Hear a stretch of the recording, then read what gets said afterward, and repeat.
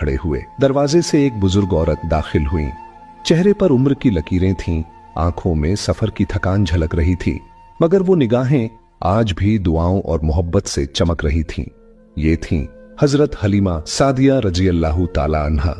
नबी करीम सल्लल्लाहु अलैहि वसल्लम आगे बढ़े। कदमों में वो तेजी थी जो किसी बादशाह के लिए नहीं बल्कि मां के लिए होती है। आपने झुककर उनका हाथ थाम लिया और इतनी मोहब्बत से फरमाया, आइए मेरी मां, आइए, ये घर आपका है। पूरा मजलिस खामोश हो गया। सहाबा की निगाहें इस मंजर पर ठहर गईं। वो देख रहे थे कि जिस शख्स के सामने बादशाह भी झुकते हैं, वो अपने बचपन की पालने वाली माँ के सामने झुक रहा है। हुजूर सल्लल्लाहु अलैहि वसल्लम ने अपनी चादर उतारी। वो चादर जिसकी खुशबू से सहाबा अपनी जान कुर्बान करने को तैयार रहते थे, आपने उसे जमीन पर बिछा दिया और फरमाया, मेरी माँ, इस पर बैठ जाइए, यही आपकी जगह है। हजरत हलीमा कांपती आवाज में बोली, बेटे मोहम्मद, मैं इस काबिल कहां कि तेरी चादर पर बैठूं? तू तो अब अल्लाह का रसूल है, पूरी उम्मत का सहारा है। आप सल्लल्लाहु अलैहि वसल्लम ने मोहब्बत भरी मुस्कान के साथ कहा, नहीं माँ, अगर तूने मुझे अपनी गोद में न लिया होता, अगर तेरे घर की बरकत न होती, तो आज मैं इस मंजिल पर न होता।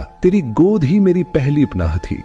तू बैठ, मेरी चादर तेरे कदमों के लिए है। ये कहकर आपने उन्हें चादर पर बिठाया और खुद अदब से उनके सामने जमीन पर बैठ गए। सहाबा की आंखों से आंसू बह निकले। किसी ने दाढ़ी में छुपाया, किसी ने आंचल से पोंछा। वो सोच रहे थे कि अगर रसूलुल्लाह अपनी पालने वाली माँ का इतना एहतराम करते हैं, तो हमें अपनी माँओं के साथ कैसा सलूक करना चाहिए। हजरत हलीमा की आंखें भी भर आईं। उन्होंने रोते हुए कहा, ए मेरे प्यारे बेटे मोहम्मद, मैंने तुझे बच्चा समझकर दूध पिलाया था, मगर आज देखती हूँ तो लगता है कि तू सारी दुनिया का सहारा है। मैंने तुझे अपनी गोद में संभाला था, आज तू पूरी उम्मत को संभाल रहा है। हुजूर सल्लल्लाहु अलैहि वसल्लम ने सिर झुका लिया। आंखों से आंसू बह रहे थे। आपने धीमी आवाज में फरमाया, हाँ माँ, मैं उसी अल्लाह का बंदा और रसूल हूँ जिसने तुझे मुझे पालने का शरफ दिया। तेरी गोद से मुझे पहली मोहब्बत, पहली रहमत और पहली बरकत मिली, और आज मैं तुझे दिखाना चाहता हूँ कि तेरी मोहब्बत मेरे दिल में हमेशा जिंदा है। मजलिस में सन्नाटा था, सिर्फ रोने की हल्की आवाजें